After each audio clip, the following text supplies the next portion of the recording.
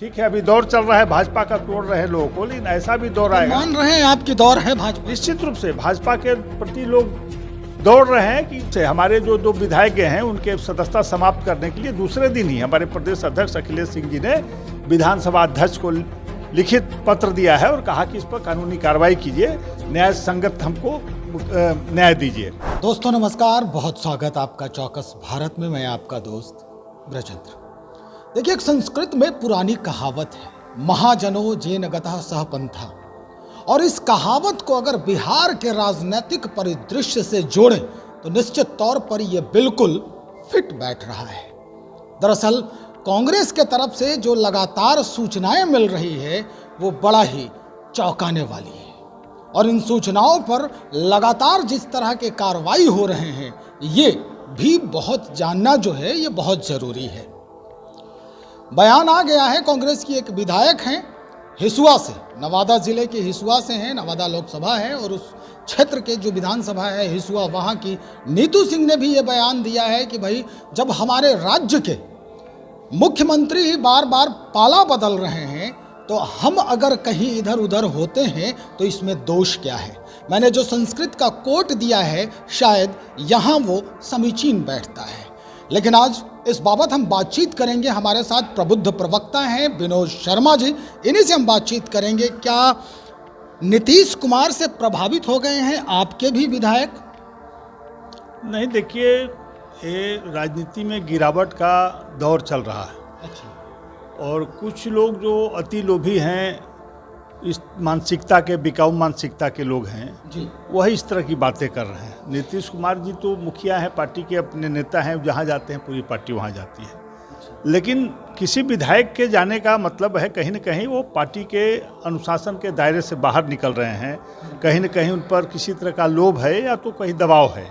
और निश्चित रूप से कुछ लोग पाला बदले हैं, कहीं न कहीं लोभ से जो चर्चा रही, कहीं से पैसे का उनको प्रलोभन दिया गया, लोकसभा टिकट की माने बात की गई है। अभी जिस विधायिका की बात कर रही है, कल ही हम लोग के सामने अध्यक्ष को विश्वास दिलाया खुद आकर के कि सर कोई चला जाएगा मैं नहीं जाऊंगा। अच्छा। लेकिन 2 घंटे के बाद हम लोग न्यूज़ देखा कि भाई हम तो भाजपा भी देगी, अगर लोकसभा तो जाएंगे, हमको कोई परहेज नहीं है। तो इस गिरावट का क्या कहा जाए जब हम लोग प्रेशर पॉलिटिक्स से जूझ रही है कांग्रेस? कांग्रेस देखिए, अभी कहा ना कि ऐसा दौर चला है खरीद बिक्री का कि बहुत लोगों का मन बदल जाता है, बहुत लोग गिरावट के माने स्तर पर आ जाता है और अपना चरित्र उजागर कर देता है। ऐसा होना नहीं चाहिए। देख, ठीक है, कभी कभी हुए हैं कि पार्टी के 1-2 विधायक कभी इधर से उधर हो गए, सरकार बचाना हो, सरकार गिराना हो, तब बात समझ में आती है। लेकिन अभी तो वो सरकार बनी है, उसको बचाने गिराने की कोई बात नहीं है। अभी जाके कुछ इनका कोई प्रभाव नहीं पड़ेगा, लेकिन ये लोभ में जा रहे हैं। मैंने कहा ना कि आर्थिक कहीं ना कहीं से प्रलोभन में जा रहे हैं। लोकसभा की माने बात है, वो तो हमको नहीं लगता कि भाजपा ऐसे लोगों को दे पाएगी, क्योंकि उसके यहाँ खुद रिवोल्ट हो रहा है। अभी नीतीश कुमार जी के जाने के बाद भाजपा के बड़े बड़े नेताओं को टिकट कटने की बात है, तो भाजपा किसी को लोकसभा टिकट नहीं देगी अभी बुला के बाहर से। कुछ अंदाजा है किसका किसका टिकट कट रहा है? भाजपा में तो सब लोग जानता है कि 4-5 बड़े लोगों का नाम राधा मोहन सिंह जी का चल रहा था, गिरिराज सिंह का, आर.के. सिंह का, अश्विनी चौबे जी का, आम चर्चा है, टीवी मीडिया सब में चल रहा है कि और कुछ सीनियर लोगों का टिकट काटा जाएगा। तो खुद बेचैन है वो लोग, हो सकता है खुद चुनाव लड़ जाएं कहीं से। टिकट कटने के बाद रिएक्शन होता है, कहीं कहीं कुछ लोग पार्टी के अनुशासन को तोड़ करके सामने आ जाते हैं। तो भाजपा तो खुद जूझ रही है, वो टिकट कहाँ से देगी।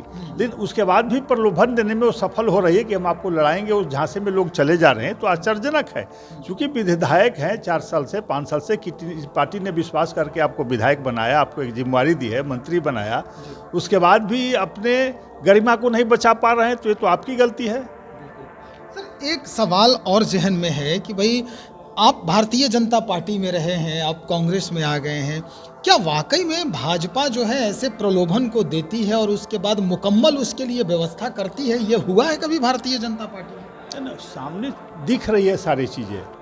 अभी क्या हाल हुआ महाराष्ट्र में, किस तरह से पूरी पार्टी का विलय करा दिया तोड़ करके। अभी क्या हाल हुआ अभी हिमाचल में भी, हाल में ही देखिए। क्यों चला जाएगा विधायक किसी दल का? अपने पार्टी की जब सरकार हमारी है तो कोई बड़ा प्रलोभन मिलेगा तब ही जाएगा। यूपी में क्या हुआ, विधायक चले गए तो कहीं ना कहीं आर्थिक लाभ मिला उनको, तो लोकसभा मिला नहीं है। तो बिकाऊ हो गए हैं ऐसे लोग, कहीं पैसे के लोभ में जबकि विधायकों को पैसे की कमी नहीं होती, काफ़ी फंड होते हैं, संसाधन होते हैं, सरकार उनको यात्रा भत्ता देती है, वेतन देती है, लाखों आते हैं, लेकिन उसके बाद भाव उनका मन नहीं भरता है, उसके बाद भी वो बेचैन आत्मा है। तो ऐसे लोगों के लिए बड़ा मुश्किल है कहना कि कब क्या करेंगे, लेकिन निश्चित रूप से पार्टियों को काफ़ी चिंतन करना पड़ेगा। ठीक है, अभी दौर चल रहा है, भाजपा का तोड़ रहे हैं लोगों को, लेकिन ऐसा भी दौर आएगा। मान रहे हैं आपकी दौर है भाजपा? निश्चित रूप से भाजपा के प्रति लोग दौड़ रहे हैं कि इसके पास पैसा है, सत्ता है, पावर है, कहीं दबाव में भी कुछ लोग जा रहे हैं ईडी और सीबीआई के डर से। कुछ विधायक जैसे कि विधानसभा अध्यक्ष के पक्ष में राजद के कर दिए, कांग्रेस नहीं टूट पाई थी उस समय, लेकिन उस समय भी दबाव था, लोगों को पैसे का प्रलोभन था, संजोग से नहीं जा पाए। लेकिन राजद के कुछ विधायक चले गए थे कि हम जेल चले जाएंगे, हम बालू का कारोबार करते हैं, कोई अपराधी हैं, वैसे 3 विधायक चले गए थे। और उधर के भी लोग भाग रहे हैं, ऐसा नहीं है, भाजपा के लोग भी 5 नहीं पहुंचे थे। वो तो संजोग है कि सरकार जब बच गई, विधानसभा बच गया, तो लोग जाके अंतिम में वोट कर दिया, सारी चीज़ें स्पष्ट हो गई थी। जब ये दौर चलेगा तो भाजपा को भी इसका दंड झेलना पड़ेगा। मतलब सर ये माना जाए कि भाजपा ये समझती है कि भय बिनु हो ही न प्रीत। निश्चित रूप से वो तो सामने दिख रहा है कि नरेंद्र मोदी जी किस तरह से अपने विरोधियों को ईडी और सीबीआई में फंसा रहे हैं, जिसके सबूत नहीं है, वैसे मुख्यमंत्रियों को जेल भेज रहे हैं। और कानूनी प्रक्रिया में समय लगता है, तो साबित बाद में होगा, जब तक बहुत समय जा चुका होगा। तो निश्चित रूप से वो जबरन कुछ ऐसे मामले बना रहे हैं, सरकार के पास हथकंडे होते हैं, पावर होता है, किसी को केस में फंसा सकता है, न्याय प्रक्रिया में समय लगता है देश में।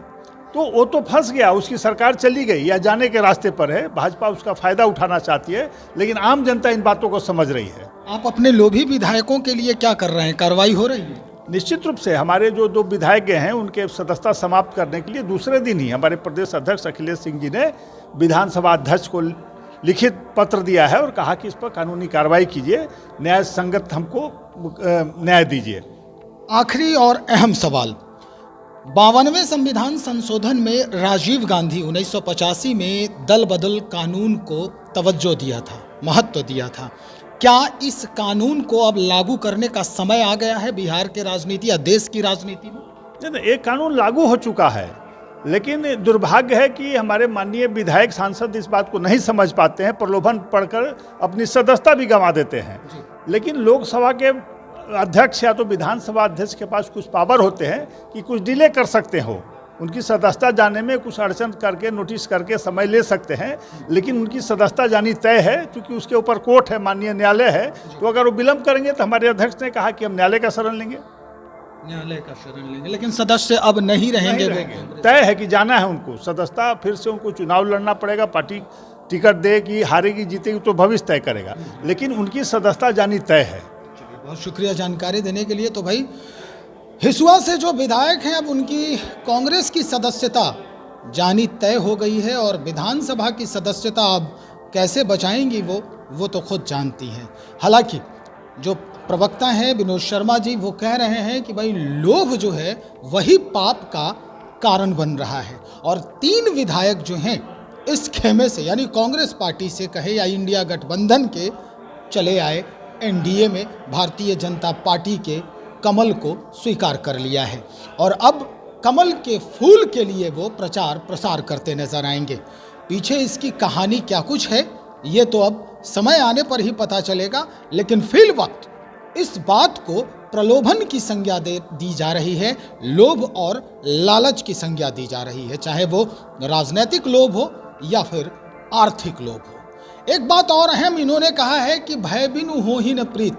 कुछ भय भी हो सकता है, क्योंकि कहीं न कहीं कुछ मसले ऐसे होते हैं राजनेताओं के जो उजागर होने में वक्त लगता है। चलिए हम इंतज़ार करेंगे क्या कुछ परिदृश्य बदलता है और कैसे माहौल को संगठित करने में ये लोग सक्षम होते हैं। बने रहिए हमारे साथ। बहुत शुक्रिया आपका।